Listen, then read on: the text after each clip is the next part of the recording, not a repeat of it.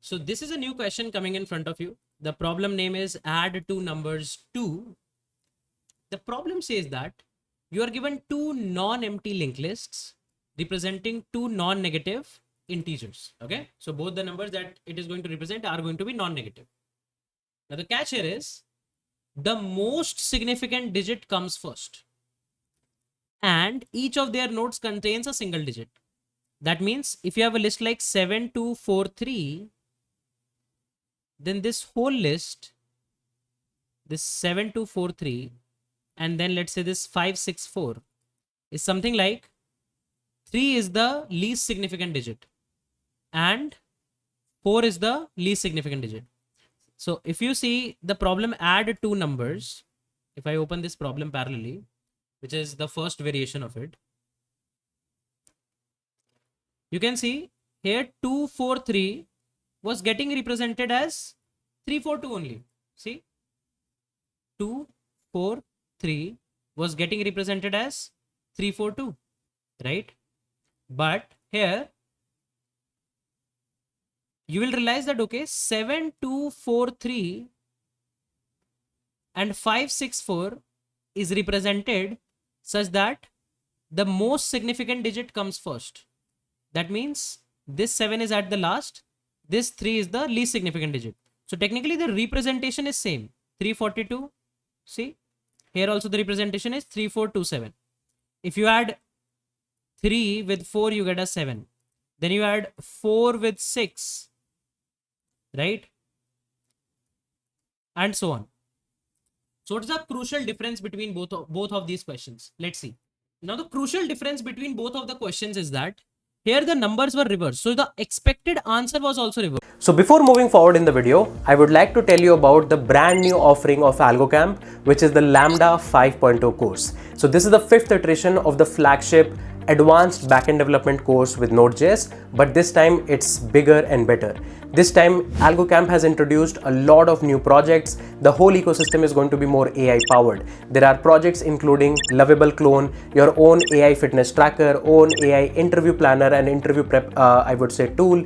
There is some deep engineering concepts around distributed transaction, using which you're going to make a payment system or a payment wallet system altogether. There's going to be a workflow manager project. You're going to try to understand how exactly you can use the concepts of, let's say, CDC in order to implement different projects. A lot of deep technical projects and deep technical understanding you are going to get. This particular course is going to focus on making sure that you understand the system architectures and deep system concept that a lot of senior engineers are always involved with, and try to make projects on top of that. You are going to see actual scaling strategies, replication strategies, how you can make sure that your system is fault tolerant, and concepts around, let's say, Kafka, concept around Redis and whatnot. There is so many different projects that are actually added, including a WhatsApp system, something like a Netflix-like system, a Twitch-like system, a lot of AI-powered tools. We are going to actually make something like Lovable Clone and whatnot. Do check out the link in the description section below. Get the idea about all the projects that you are going to get and build. This is something that will take you from an absolutely beginner level backend developer to a very advanced level backend engineer altogether. We have received such great testimonies from the last set of batches, and people are actually loving what we have already built, but this time we have made sure that this is bigger and better. So do check out the link in the description section below and use this coupon code to get massive discounts on the current price. And now let's go back to the video. So you started adding from 5 plus 2 and you got a 7. That is, you added both of the heads. Whereas in add two numbers 2, you need to start adding from the tail. That is 4 plus 3, then 6 plus 4, then 5 plus 2, and then 7, and also represent the answer in the similar format. This is the crucial case here, right? You cannot just start adding the two heads. You cannot add the two heads. Actually, you can start adding the two tails together. This is something that is important. So now if you see in what all companies this question has been asked, let me just quickly refresh. And if you see here, then not the most frequently asked question. You can see very less frequently asked, but it's a relatively harder problem and a relatively interesting variation of the last problem. So now let's see how can we actually solve this. Now the solution is going to be very interesting. There can be multiple solutions that you can build here. So 7243564.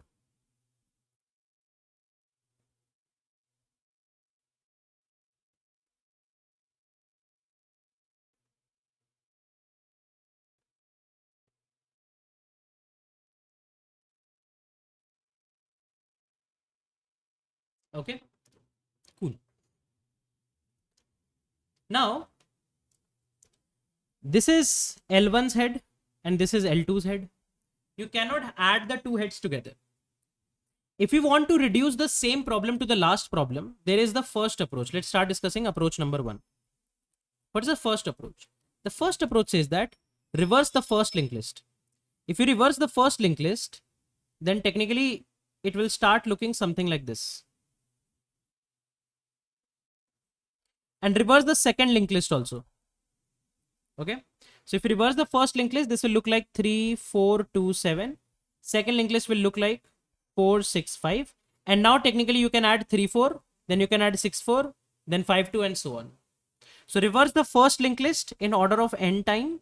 Reverse the second linked list in order of n time. And then add both of them in order of n time. So the time complexity remains order of n. For reversal, you can have an iterative approach of reversing by pointer. Right. So this can be done in order of n time. Very simple approach. And if you get this question, at least this approach should be something that you are going to propose to the interviewer. Very basic. Okay.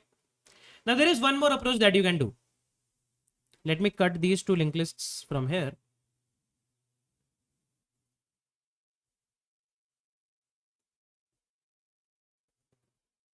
Cool. Now technically you can see that if you start reading the two lists, they are actually getting read in the reverse order. Now we have a data structure that we know in which if you add the elements in that data structure actually reverses all the set of elements.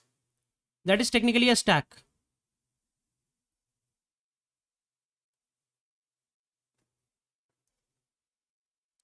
Now what I'm saying is start pushing the data of your nodes in the stack. 7, 2, 4, 3. That's how you read a single linked list, right? 7, 2, 4, 3. And that's how you will add it in the stack. And then 5, 6, 7. Add 5, 6, 7 in the stack. And now the top of the stack are the two digits that you want to add. Add both of them. Add both of them. Right. So you can create an array or you can start creating a linked list node. So you create a linked list node. 3 plus 7 is 10. So 0 comes here, 1 goes in carry. And now you pop out both of them. Now 6 plus 4 is... Sorry, my bad. I guess I did a wrong calculation. My bad. This is 4, not 7. See? 5, 6, 4. So 4 plus 3 is 7. Okay. Now you move both of them out. Now 6 plus 4 is 10. So you add at head of the linked list. So you add 0 and 1 goes to carry. And then you remove 4 and 6. Now you do 5 plus 2, 7 plus 1, 8. So you do add at head of 8. And carry again becomes 0. And then you remove both of them. At last, if any one of the stack is empty, you will contribute its value as 0. 7 plus 0 plus 0 is 7. Right. So 7 directly comes here, add at head. 7. That's it. That's it. So in this case, we were not reversing the linked list. Instead, we used an extra data structure in order to implement this problem. The time complexity of the solution still remains order of n. But this time the space complexity becomes order of n. Because you are taking extra stack data structure in order to implement them. Right. This can be one more approach to solve the same question. I hope this approach also is clear to everyone. It's pretty straightforward. This is the property of the stack, right? At last this 7 will be removed. This is the property of the stack that if you have a set of data and you add it in the stack, the whole data reverses. So we can actually leverage that. Now, let's see one more approach. Now this approach is technically something that not a lot of people will directly think if given in an interview, right? If you are given this approach in an interview, there is a highly likely chance that most probably a lot of you might not be able to actually think about it directly. So what this approach says that if let's say these are the two lists, okay, these are the two lists, calculate the length of the first list, this is 4, calculate the length of the second list, that is 3. By the difference of the lengths, you will be able to understand how many nodes are missing in one list. Can I say that? By the length, you will be able to decide what is the bigger list and which is the smaller list, and you will be able to also decide the difference between the length of the two lists, right? Okay. Now, if you do 4 minus 3, you got 1. That means we don't have a node here. Okay. So what you're going to do, you are going to create a new linked list, and you are not going to maintain carry. Okay. We are not going to maintain carry. What we are going to do is, we are going to start creating a new linked list. We will say 7 plus dummy node. Dummy node we are going to assume as 0. 7 plus 0 gives you 7. Okay. Then 5 plus 2 you are going to assume as 7. Then 6 plus 4. Now for 6 plus 4 you will not add 0. Instead you will just put 1. 1 0, the total number. You are not going to keep carry separate. Just keep the whole number 10. Okay. And at last 3 plus 4, 7. A lot of 7s we have. Okay. 3 plus 4, 7. That's it. So see what I did. I iterated over both of the linked lists one by one to get the length of the two lists. Once I have got the length of the two lists, right, then I'll be able to realize how many nodes are not present towards the head of the first linked list, that is the bigger one. Let's say there was one more node. If there was one more node, then technically there would have been 2 dummy nodes that we would have to assume, right? Coding is going to be very easy for this. Once you have this linked list with you, now you don't need to reverse the original given linked list. Just reverse this linked list. Reverse this linked list.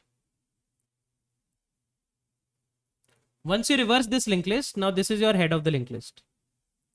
Now you will settle the carry. Is there any 2-digit number here? No. That means no carry. Is there a 2-digit number? Yes. That means there is a carry. What you're going to do, you're going to put the carry outside and just replace it with a 0. Now, is there a carry? Yes. 7 plus carry is going to be actually 8. Is there any carry? No. 0 plus 7 is going to be 7. And this is going to be your answer. 4 plus 3 is 7. 6 plus 4 is 0. 5 plus 2 is 8 with a carry of 1. This is 8 and then 7. And at last, if you will see what's the output expected, the output expected is 7807 only. See? So now this 7087, you have head here 7087, right? Now you can just reverse the whole linked list again. You will get 7087. See? 7807 we have. So now reverse it again. And now head will come back here. And this is 7807. So by reversing the answer linked list 2 times, you can do this by settling the carry on the right side. This is one more approach, but I believe this approach is a bit less thinkable in an interview. The first 2 approaches makes more sense, and I don't see any problem. There is a very less chance that the interviewer might say that you are not allowed to reverse the original linked list. Then this approach can be very helpful if they put a space constraint as well. Otherwise, if this comes in a coding interview, I would be just coding it using a stack or just coding it using the first approach. This would be really easy to actually understand. At last, if you see, the time complexity still remains order of n, because what you did, you actually get the lengths, that's n and n. Then you added both of them, that's order of n. You reversed order of n. You settled the carry, order of n. Then you reversed again, order of n. 5n is order of n. So the final time complexity comes as order of n. I hope this logic is actually clear to everyone.